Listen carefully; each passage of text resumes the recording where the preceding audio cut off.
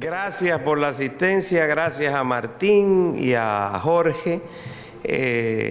Dice el doctor Omar que después de una conferencia del doctor Eugenio, la pista está caliente. Gracias por la asistencia. Quería dedicar esta conferencia al doctor Caputo, uno de mis maestros, o sea que está dedicada al doctor Caputo.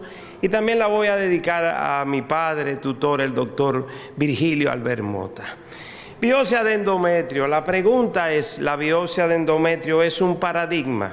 Paradigma es una palabra bonita y es una palabra que aprendí recientemente. Se describe como paradigma un conjunto de teorías o de conceptos que sin cuestionar suministra la base para hacer un modelo para resolver cosas. O sea, usted tiene un concepto, lo generaliza y eso sirve para usted establecer reglas, básicamente. Otra forma de decir, entonces, un paradigma denominamos como un modelo que nosotros seguimos, un patrón, un ejemplo que debe seguirse en determinada situación. Abajo puse que paradigma es un canon, es una norma, es una regla. Muy importante eso. ¿Por qué? Porque nosotros en medicina estamos llenos de paradigmas. Mi maestro me enseñó tal cosa y ese es mi paradigma, esa es mi norma, esa es mi regla. Pero ¿qué pasa? Dice el señor Michael Stark que solo hay una cosa más dura que el diamante y es la tradición en medicina. Son los paradigmas que tenemos. Ahora bien, la pregunta es, ¿la medicina es estática de los últimos 2000 años? Pero resulta que en los últimos 20, 21, 30 años, la evolución de la medicina es abismal. 3 casos voy a presentar en el día de hoy. Esta es una señora de 42 años que llega a consulta, están viendo ahí, por sangrado uterino anormal. ¿Y qué resulta? Están viendo, ¿el perseguidor dónde está? Ok. ¿A cuál es que se le da? ¿Al de la estrellita? Al verde, yo soy daltónico. Ok. Entonces, como ustedes están viendo ahí, fíjense el endometrio de esa cavidad uterina como se ve. Cuando yo entré la primera vez a esa cavidad, dije, bueno, encontré el gusano que produce la preeclampsia. Fíjense el fondo de la cavidad uterina llena de unas estructuras alargadas con aspecto de gusano. All right, gracias. Fíjense cómo se ve, fíjense cómo se ven ahí esas estructuras, fíjense aquí también. Y arriba aquí adelante se ve algo más, es importante señalarlo. Converso con mis colegas, porque no siempre nosotros necesariamente. ¿Y qué pasa? Cuando vemos, nuestro diagnóstico es distrofia vascular endometrial. Creo que probablemente es la primera vez que esta entidad nosotros la ponemos. Es una entidad rara, infrecuente, se asocia a esterilidad o sangrado entre los ciclos. El doctor Amu, maestro, lo describe como vasos anormales tortuosos y dilatados. También se ven fases secretorias, se asocia a los progestágenos, al síndrome de Rendu-Osler-Weber. Tiene una regresión espontánea y son glándulas secretoras tortuosas. El doctor Bullón dice que las glándulas están llenas de un mucopolisacárido y que además de ello dentro de las glándulas hay glóbulos rojos y que no entiende cómo esos glóbulos rojos llegan aquí.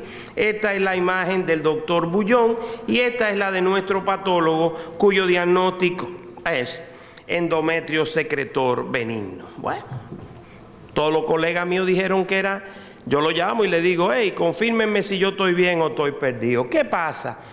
Ya 3 maestros han hablado de esto y yo no lo sabía, pero fíjense cómo aquí, y el doctor Eugenio lo mencionó, se observa ese defecto sonográficamente que definitivamente es un istmo-cele. Recientemente en una conferencia de un grupo de maestros mexicanos, un profesor de Querétaro dijo que a la tercera cesárea cerca de un 90% de los pacientes cesarianos hacen un istmo-cele y esta mañana se mencionó que está ligado al uso del crómico. y que no debemos usar hilo crómico. Basta ya. Paradigmas. Yo creo que habrá que hablar con Mario Lama y decirle: Mario, no mande a comprar hilo crómico para los residentes y pide otro tipo de hilo, ya. Porque es así que vamos a tener que aprender. ¿Qué pasa? Que ese Istmo-Cele que el doctor presentó esta mañana, yo voy a tener un atrevimiento, que es una frescura de mi parte. Esa es la clasificación del sangrado uterino anormal. Y bien, el doctor Celis ayer habló de que el Istmo-Cele él lo puso entre las condiciones iatrogénicas. Yo soy un atrevido que entiendo que de alguna manera el Istmo-Cele debemos ponerlo dentro de esto porque es un defecto estructural, y que tal vez esto, en vez de ser PALM, se llame mañana PALMI o PALIN o sabe Dios, pero que el Istmo-Cele debe estar ahí. ¿Y por qué lo traje? Si bien es cierto, esta es la única medalla de oro que tenemos la República Dominicana en un grupo de conjunto, en un Mundial Sub-20 Puerto Rico, año 2015, pero ¿qué pasa? Que también nosotros tenemos la medalla de oro en el índice de cesárea en el mundo. Entonces, chicos, piensen definitivamente que paciente con sangrado uterino anormal que ha sido sometido a cesárea, es posible que nosotros necesitemos estudiarla y pensar en el Istmo-Cele. Eso no tiene nada que ver con biopsia de endometrio. El segundo caso que tenemos: una mujer de 72 años con un sangrado posmenopáusico. Paradigma. ¿Quién me dice cuál es el paradigma? Sangrado posmenopáusico, 72 años. ¿Qué hacemos? ¿Qué hacemos, por favor? ¿Quién responde? Biopsia de endometrio. Dígalo duro, doctora. ¿Y la hacemos cómo, la biopsia de endometrio? Esa es la pregunta. ¿Cómo hacemos la biopsia de endometrio? Fíjense, ustedes pueden ver aquí, fíjense cómo esta cavidad tiene un grosor en una mujer posmenopáusica que tiene 10, 11, 12 milímetros, con una estructura compleja, corte transverso, corte longitudinal. Y nosotros, ¿qué hacemos? En la maternidad eso es lo que yo hacía, mis profesores me lo enseñaron: sangrado posmenopáusico, legrado biopsia, para descartar, gracias, cáncer de endometrio. Muy bien. Fíjense algunas referencias. En estas referencias, fíjense que aquí se comparó sonografía, sonoístero, histeroscopia y histeroscopia con biopsia. Y resulta ser que, como pueden ver aquí, ninguna de las dos, la hiperplasia ni el cáncer, en sonografía y en sonoístero no tuvieron capacidad diagnóstica, no la hicieron. Sin embargo, la histeroscopía hizo diagnóstico de un 40 a un 60%, y más o menos cuando aplicamos histeroscopía con biopsia, los números subieron y bajaron un chin, pero se quedaron ahí. Pero claro, ACOG dice en el año 2015 que clásicamente la dilatación y el legrado ha sido el procedimiento utilizado para diagnosticar el cáncer de endometrio. Pero dice algo más, dice algo que para nosotros nada, yo no lo entiendo, pero bueno, eso es lo que dice. Dice que si nosotros usamos pipel o instrumentos desechables, como dicen así, está hablando básicamente de la cánula de pipel, para la detención de enfermedad, en la mayoría de los casos de cáncer de endometrio se ha convertido en el método de evaluación histológica del endometrio. Bueno, eso dijo EICO y yo soy miembro de EICO. Sin embargo, en este estudio, fíjense cómo señala que pipel falló en el 2%, que hubo insuficiencia de la muestra casi en el 6%, que hubo inconsistencia del diagnóstico en el concierto, y raro, dijo que el 100% de los casos de cáncer hizo el diagnóstico, que diagnosticó el 50% de las hiperplasias, el 26% de los pólipos y el 18% de los pólipos con hiperplasia. En el mismo artículo se contradice y dice que aunque pipel es el método de primera línea en Estados Unidos, pipel para la biopsia endometrial podría fallar en mujeres con factores de riesgo identificados en este estudio, por lo que se deben tomar otras consideraciones. ¿Cuál es el paradigma? Nosotros somos los gobernadores de la cavidad uterina. Nosotros somos poderosos en la cavidad uterina. Nosotros nos sentimos dioses, y que todo lo que hay en un espacito que apenas mide 3 por 5 por 4, en ese espacio tan pequeñito, me recuerdo de uno que fue mi residente superior, nosotros no podemos fallar en un sitio tan chiquitico, por Dios, con un espacio tan estrecho, nosotros no podemos fallar. Sin embargo, no necesariamente es así. El caso que tenemos, esta es la histeroscopia de la paciente, la voy a examinar algunos, así que vamos a ver si me ayudan. Fíjense, aquí está la pared de la cavidad, es una pared pálida. No sé si a alguien le llama la atención algo ahí, si lo ven me lo dicen, por favor. Y fíjense cómo un poquito más adelante tenemos la histeroscopia, estamos rastreando, una masa enorme, gigantesca, 2 legrados previos, hecho por un verdadero maestro. Aquí tenemos la base. ¿Qué pasa con esa lesión? Esa lesión es una lesión fibrótica y le puedo garantizar que no sale. Si usted no le secciona la base, no sale. Usted lo coge con una pinza y tendrá que arrancarlo y lo va a tener que desprender porque no va a salir. No sale si secciona la base. Y hago hincapié en la base. Recuerdo un estudio que hizo el doctor Alfonso Arias, donde cuando veíamos nosotros estos pólipos, ¿qué hacíamos? Cogíamos una pinza de Forceps, lo arrugamos, lo ajolcamos y lo alamos. La mayoría de los pólipos se rompen en la mitad. Y voy a presentar por qué la importancia de la base. La importancia de la base. Entonces, un segundo, 3 tipos de pólipos describe ese gran amigo que es el doctor Luis Alonso. Estos 2 son pólipos muy sencillos, pero este pólipo atrésico, fibrótico, en posmenopáusica, es lo que le digo, no sale. Dame audio, hazme el favor. Dame audio. Un gran amigo, el doctor Carlos Buitrago, hoy es presidente de la sociedad. Doctor, reciba un cordial saludo desde Colombia, desde Medellín. Le cuento que yo soy un tipo muy drástico y entonces cuando expongo sobre por qué no se debe hacer curetajes, entonces esa es mi explicación. Pongo primero el editorial del doctor Betocchi del año 2005 donde explica por qué la gente sigue haciendo curetajes, que él dice que es debido a un retraso en el paso de la evidencia a la práctica clínica. Entonces yo pongo en la primer renglón, como ve, retraso resaltado en el paso de la evidencia a la práctica clínica. En la segunda pongo que ese proceso que dice Betocchi es un proceso mental y resalto mental. Entonces finalmente concluyo en que el problema es un retraso mental de la persona que indica un curetaje, ¿cierto? El ginecólogo que se programa para un curetaje en vez de programarlo para una histeroscopia.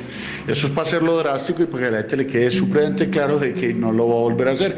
Y con eso he logrado que en mi país muchísima gente deje de hacer curetajes. Ok. No lo dije yo, lo dije el maestro Carlos Buitrago, pero probablemente esta es una de las mejores diapositivas que tengo en el día de hoy, porque, por favor, si a mí me mandan, y le hago la pregunta, si a usted le llega un reporte de biopsia que dice endometrio normal o sin patología, ¿qué usted dice? ¿Qué le decimos al paciente? ¿Qué yo le digo yo? Tú no tienes nada, ¿verdad, Omar? Tú no tienes nada. Mira, dice el patólogo que tú no tienes nada. Sin embargo, ¿qué pasa? Mi patólogo me dice, yo hago el diagnóstico, pero es de lo que tú me mandes. Si tú me mandas tejido sano, yo no te puedo decir que el paciente tiene A ni B ni C. Y ese es un paradigma, señores, que por favor interioricémoslo. Yo sospecho que mi paciente tiene algo y la biopsia me llegó sana. Piense, tal vez me equivoqué, tal vez no tomé la muestra adecuada, puede ser. Los reportes de nuestra paciente anterior. Una de las lesiones, un pólipo completamente benigno, pero si se fijan en la lesión de al lado dice pólipo con foco en la base de hiperplasia típica. ¿Y por qué ahorita hice mucho hincapié sobre la base? La mayoría de las lesiones que comienzan a transformarse están en la base. Pero no nos quedamos ahí.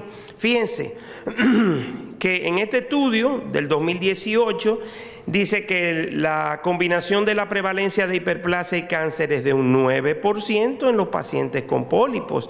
La prevalencia de hiperplasia y cáncer en los pólipos endometriales en mujeres con hemorragia posmenopáusica es lo suficientemente alta como para justificar la extirpación de las lesiones.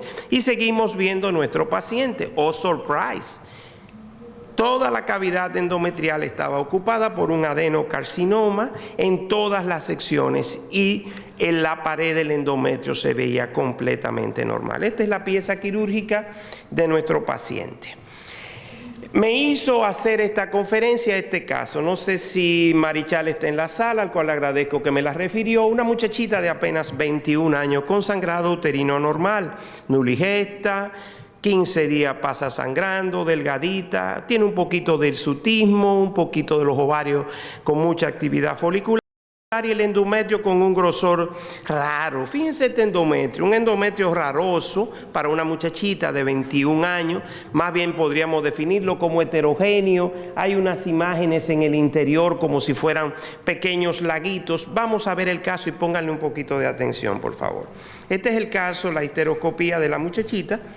Fíjense, estamos ahí entrando a la cavidad. Bingo. Entramos al interior del útero y fíjense lo que vemos. Aquí hacia el lado del ostium, del lado izquierdo, se observan estas estructuras, unas imágenes punteadas en el interior, unas imágenes puntiformes, blanquecinas, bridas, un endometrio. Ahí hay unos polipitos que vieron aquí, esos son evidentes. Y fíjense esta estructura. ¿Qué pasa? ¿Qué tiene la paciente? Yo no sé. Llamé al equipo comparto el estudio con 254 maestros latinoamericanos y aquí están todas las observaciones diagnósticas que estos 254 maestros hicieron.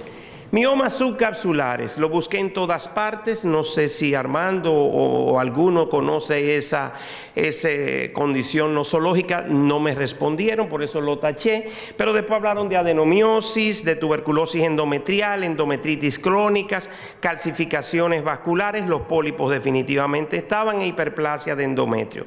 Voy a hacer un resumito porque apenas me quedan 3 minutos y no pude poner todas las patologías, pero por lo menos 3 de las más infrecuentes, para ver lo que ya ustedes vieron el video. Adenomiosis vista por histeroscopia. Fíjense cómo se observan las lesiones adenomióticas, se ven muy bonitas, estructuras complejas. ¿Qué dice la literatura? Este es un estudio viejo de 2001 donde se hizo biopsia de miometrio a través de histeroscopía. Dijo que el 60% de los pacientes con adenomiosis lograron hacer el diagnóstico para un 33%, pero eso fue hacer biopsia de miometrio a través del endometrio, o sea que no es lo que yo quería. ¿Qué dice Mayo en el año 2020? Dice que en algunos casos el médico podría tomar una muestra de tejido uterino para hacer una biopsia y verificar que no tenga una afección grave. Sin embargo, el médico no podrá confirmar el diagnóstico de adenomiosis con una biopsia endometrial. Eso dice Clínica Mayo. Otro estudio que publicó Luis Alonso en el año 2017 en el newsletter de histeroscopía, que dice: analizaron un total de 292 casos, ¿verdad? Y que hicieron el diagnóstico histeroscópico, ecografía transvaginal. Concluyeron que, primero, que la apariencia histeroscópica de la cavidad endometrial tenía poca sensibilidad, 40%, y una especificidad de un 44%. La biopsia de endometrio tenía una sensibilidad un poquito intermedia, 54 y 78 de especificidad. En contraste, estaba la precisión ecográfica transvaginal con una alta sensibilidad, un 83, y una moderada especificidad de un 60%. Paseíto por adenomiosis. Adenomiosis es una patología interesantísima. Dijeron que la paciente podía tener tuberculosis endometrial. Tuberculosis endometrial, el mismo Alonso le pregunté que si me tenía alguna diapositiva y me dijo: no tengo tuberculosis endometrial confirmada. Entonces, ¿qué tenemos? La mayoría de los casos aparecen en Medio Oriente. India tiene muchísima experiencia en tuberculosis endometrial. Por este lado nosotros no tenemos tanta. O no la diagnosticamos o no la tenemos, no lo sé. Entonces, fíjense las imágenes de cómo se ve la tuberculosis endometrial. Un endometrio complejo, un orificio estenóstico. Esta doctora tiene muchas publicaciones y esa es la complejidad. Que vamos a hacer un paseíto corto. El compromiso endometrial de la tuberculosis, se observa que el endometrio es reemplazado por un tejido hialinizado que oblitera la cavidad, y los pacientes clínicamente cursan con oligo o amenorrea, o sea, disminución del sangrado. ¿Qué marcadores histeroscópicos tenemos? Dificultad para entrar a la cavidad, un cuello estenótico, la cavidad se encuentra obliterada, compleja, adherente, distorsionada, revestimiento de un endometrio pálido y vasos que avanzan y a veces los ósteos ni se ven. En este estudio dice que la prevalencia de la tuberculosis endometrial realizado por el diagnóstico con PCR dio un 4.6 de 152 pacientes, mientras que la tuberculosis endometrial confirmada por cultivo fue 2.6. Sin embargo, el examen histológico apenas identificó 2 de 152 pacientes para 1.3 con tuberculosis endometrial. ¿Qué quiere eso decir? Si bien todas las muestras de tuberculosis comprobadas en cultivo fueron positivas para PCR y solo una paciente con tuberculosis endometrial fue comprobada histológicamente. Paso a la última.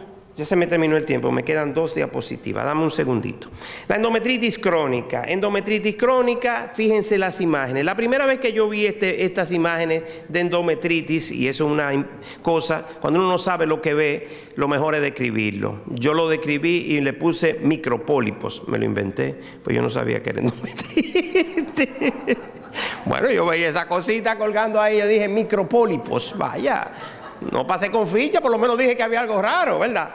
Eso es endometritis crónica, señores. Y nosotros tenemos mucha endometritis crónica, y no tenemos la facilidad. Esta es mía, no se ve tan bien porque tiene un dispositivo, pero si se fijan, tiene un dispositivo. Esta fue confirmada por biopsia. Si se fijan, hay unas excrescencias encima del dispositivo, unas teticas de carne chiquiticas. Vamos a verlo ahora un poquitico más adelante. Fíjense, ahí están sobre el dispositivo. Lo vamos a volver ahora a ver, que se van a ver esas indentaciones, esas vegetaciones. Mírenla ahí donde están.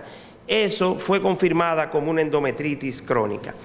Diagnóstico del paciente. El diagnóstico que dijo el patólogo fue fragmentos polipoides. Dijimos que habían pólipos de endometrio benigno con irregularidad y datación de glándula de aspecto focal. ¿Qué quiero decir con esto? O sea, sin embargo, uno de mis maestros le dije, óyeme, patólogo no me dijo nada. ¿Qué hago? Me dijo, Mercedes, manéjala como una endometritis crónica, aunque la imagen no era de aspecto. No sé si Marichal está aquí, pero le hicimos las observaciones y estamos a la espera de que la trate para que entonces veamos en una segunda vuelta qué ha pasado con esa cavidad uterina. Termino con 2 diapositivas. Necesitamos revisar los paradigmas, definitivamente que sí. En el año, y José Daniel, esto es importante, en el año 1996, Tres Cruzados, hicimos el primer Congreso Dominicano de Sonografía. Y fíjense cómo dijimos que la sonografía era el estetoscopio del futuro. Hoy por hoy, ninguno de los médicos de materno fetal puede manejarse si no tiene un sonógrafo, donde mida curva de velocidad de Doppler, crecimiento fetal, etcétera, etcétera, etcétera. En uno del penúltimo Congreso Mundial, la doctora Linda Bradley, que el doctor presentó de AGL, dijo que la histeroscopía es nuestro estetoscopio. La histeroscopía es el estetoscopio del ginecólogo. No sé si vieron a esta chica, esto no tiene nada que ver con medicina, pero me impactó muchísimo. ¿Te gustó? Esta chica cantó en American Got Talent. Y cuando Simon y el grupo comienzan a preguntarle, ¿y usted qué de su vida? ¿Qué usted hace en los 5 últimos años? Y ella entró así, plain, como si tal cosa. Y le dicen los jurados, yo tengo los últimos 5 años con un cáncer, por lo tanto yo no he podido hacer nada, yo estoy en tratamiento. ¿Y cómo va el cáncer? Dice, bueno, yo estoy lista, yo tengo un 2% de probabilidades de sobrevida. Y esa mujer fue capaz de decir, no puedes esperar hasta que la vida ya no sea difícil para decidir ser feliz.